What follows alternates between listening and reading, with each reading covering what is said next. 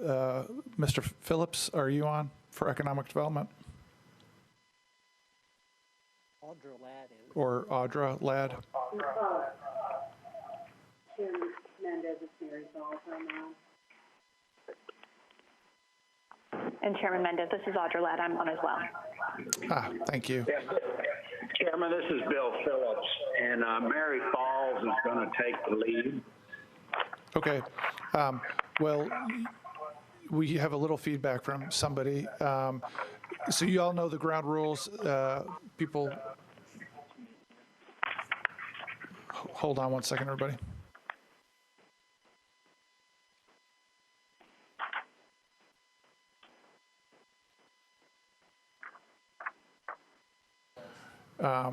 All right, so you guys know the ground rules. We've read the materials, although I did have a council member ask me earlier today where the economic development stuff was in the budget book, and maybe I could ask Mr. Cooper to have Ms. Calder email council members about where to find that, because it's not a separate department. And It's part of the mayor's office. yeah.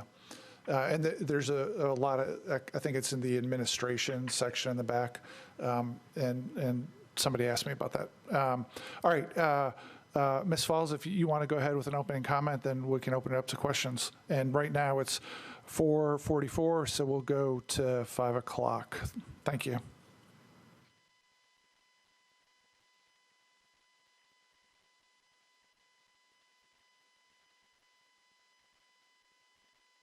Ms. Falls.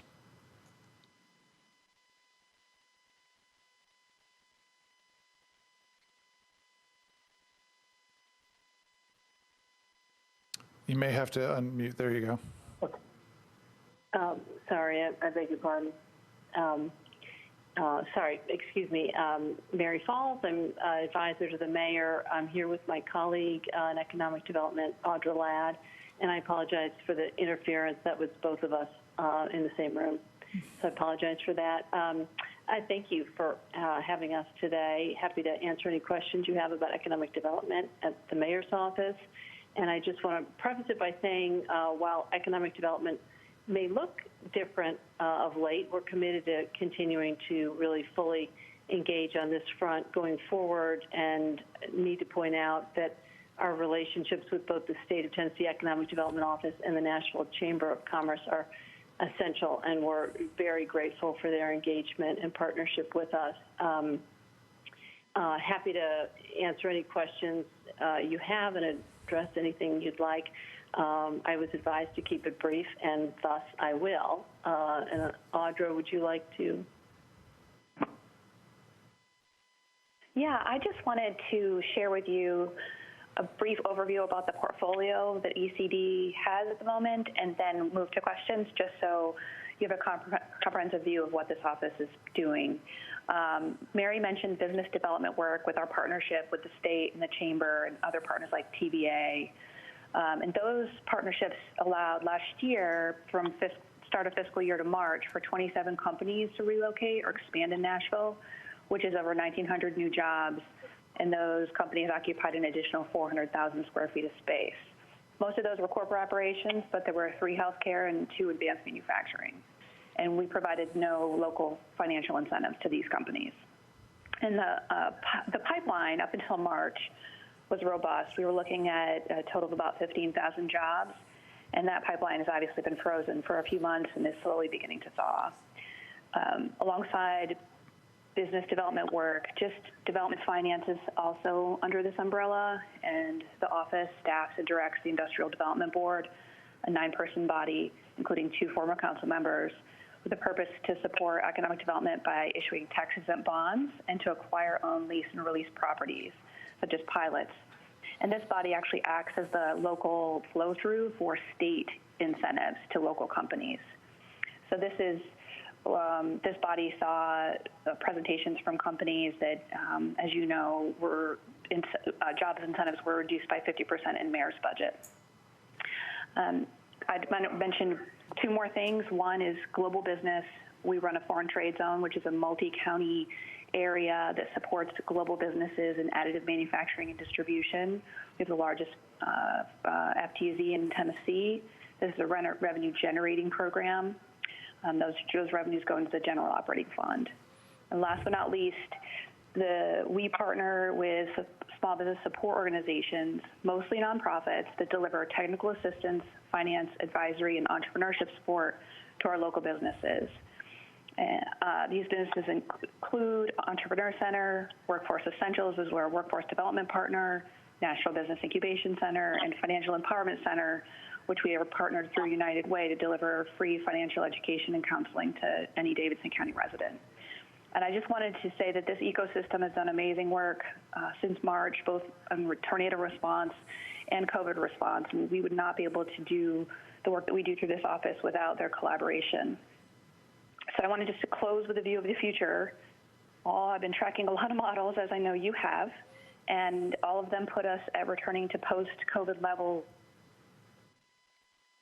22. So this year we'll end with 25,000 fewer jobs in our market and an unemployment rate of likely over 5%, which is double our pre-COVID level. And this translates into a $2 billion loss in GDP and a $1.6 billion loss in personal income. So needless to say, we'll be focused on helping companies recover, helping folks that have lost jobs find new opportunities in sectors that are less vulnerable, and continuing to build the sectors of our economy that are resilient to crisis. We're happy to take any questions you have. Thank you. Thanks. I'll start with one and then pass it along. One of the things that then Councilmember Cooper and I agreed on through last term was to frequently criticize that there was no written policy anywhere about what the city was trying to incentivize with economic development, where it was trying to incentivize it, and how to measure it. And one of the unanimous findings from the TIF study group was that there was no known metrics that were either agreed upon or executed in measuring things like tax increment financing. And I know it was part of the campaign platform last summer in the 70-page book, or however many pages it was. What's the status of trying to get a written set of guidelines about what we're trying to incentivize, where, and how to measure it? I think that with written guidelines, we need to be clear about what exactly we're trying to incent. I often find that when these guidelines are written down, especially in other cities, it becomes a bit of a gaming situation. So internally, we are looking at really marketing and attracting companies to outside of our core to help with neighborhood development. But we do not yet have a specific set of metrics. Every company looks a little different, and so we're just trying to be flexible, but I'm open to discussing what those metrics might be. We have taken a pause on incentives like tax increment financing and payment in lieu of tax programs to really assess where we have development need and what that development looks like in partnership with our neighborhoods. Well, back at the end of last term with the tax increment financing group, it was clear the consensus from everybody involved there was that it was going to take a combination of efforts from planning, finance, and mayor's office led to figure out metrics. So I'm looking forward to you guys making progress on that. But I'll turn it over to Councilmember Sledge. Thanks, Chair. So I wanted to hit on a couple things that were actually mentioned as sort of this small business support system, which included the Business Incubation Center, the National Entrepreneur Center, and one that wasn't mentioned, but the Small Business Incentive Program. As you may know, the council has expanded the eligibility for the Small Business Incentive Program to include tenants, not necessarily owners, who qualified otherwise for the improvements that they made. And I guess my concern is this ecosystem was just described about its support for small businesses, and yet all of those funds are eliminated in this budget. So could you talk a little bit to what support, if any, is being offered in this budget regarding small business development, and especially for some of the minority women and veteran-owned businesses. Thanks.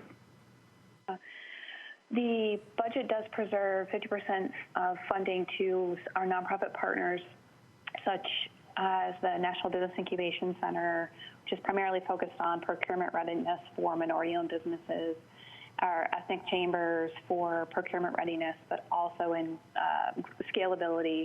The Nashville Entrepreneur Center has funding in the budget to continue the navigation project, which is any business at any stage can access free help to get connected to the right advisory service. You are correct that the small business incentive was eliminated in this year's budget. We really did discuss in this ecosystem about the efficacy of that program, and we had trouble in that even with the expansion into tenants, it was still difficult for businesses to invest in exterior improvements to their properties. So what we have done in the meantime is build stronger relationships with our CDFIs and our business communities to try to have the ecosystem do a better job of promoting products within the CDFI and the CDC community.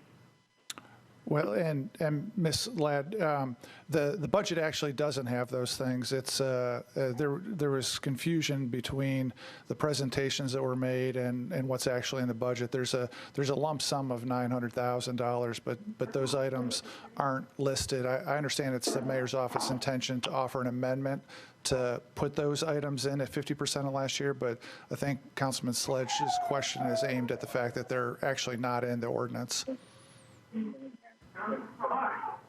Yeah, it is actually, and to follow up on that, I do have to say, in the conversations that we as members are having with our with organizations that are sort of cut out of here, where I find that they are all being told that they are going to get 50% out of that 900,000, and yet none of them are actually in the budget. So I guess I would amplify Councilmember Mendez's point that there is nothing in this budget that indicates that any of those organizations.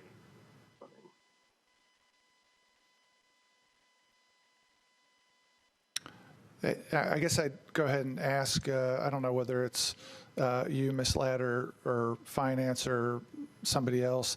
You know, there is talk about, that I've heard about, there's going to be an amendment to specifically itemize certain organizations. It would be great if whoever those organizations are, we could have a more formal statement about the intent to add them back into the budget.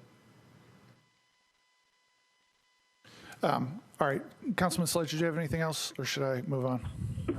No, thank you, Chair. Mr. Chairman, this is Bill Phillips. Yes. I have talked with finance, and they do intend to have an amendment that will better define that 50%. It does come across vague in the current document. So that my understanding is they are preparing the amendment you mentioned. That would be great. And to Councilman Sledge's point, we all, I don't know about all of us, many of us do run into having to have conversations where various organizations say, well, the mayor's office says I'm in it.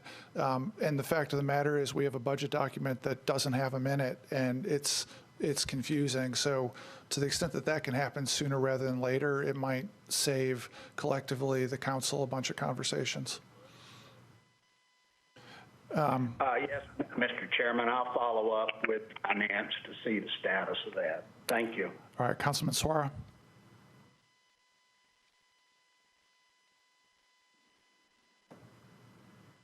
Councilmember Suara, you're muted still. Can you hear me? Yes, go ahead. Okay, thank you. Thank you.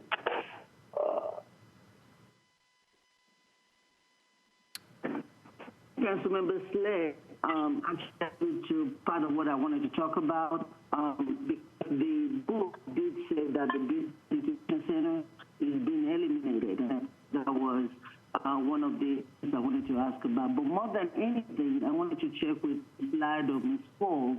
I know some of the economic development payments were slashed about 50%, but some were not. I know these are literally a contractual thing we have to pay. But did we, if you can allude on the process, instead of 50%, did we even try to go for 100% on some of this? For example, with 250 instead of 500. Did we try to talk to them? Because as we're talking to our members and asking them to talk to people who have contracts, their money, big companies that can afford not to get to 50,000 if they can. In the same token, I also believe that HCA 20,000 card where others were 50%. So I don't know but I just wanted to ask, did we try to give some of these and forego more than 50%, and maybe in the case of HCA more than 20,000? Thank you, Councilman Suara. I was having a little trouble hearing. I think the question is with regard to the incentives to the 6 corporations for employees who it was cut by 50%. And I think your question is, did we want to ask them to reduce it by 100%? Did I hear that correctly? Yes. We did not ask them to completely eliminate or forego the incentive. We asked them to take the same 50% funding that we asked the nonprofits to take. And